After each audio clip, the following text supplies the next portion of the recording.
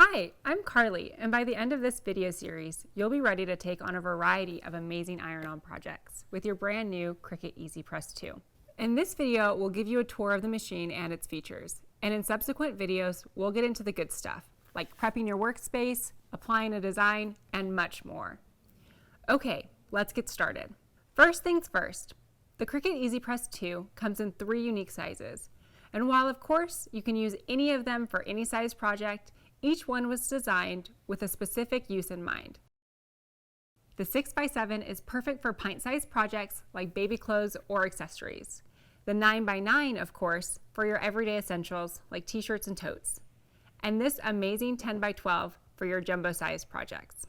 All of them come with a safety base and a welcome booklet. And all models heat up hotter than ever, up to 400 degrees Fahrenheit. Once you plug it in and power it on, it only takes a minute or two to reach your desired temperature, so be prepared. The temperature and time settings appear in this window. By default, it always reverts to the settings you last used. Holding this thermometer button down toggles between Celsius or Fahrenheit. And to set the temperature, just press this button until the numbers start flashing. To speed up the process, hold down the plus or minus to jump in increments of 10 degrees. The timer button works the same way. Once it flashes, set the time using the plus and minus buttons. You can reach your number faster by pressing and holding. The Cricut C button stays orange until it reaches the temperature you set.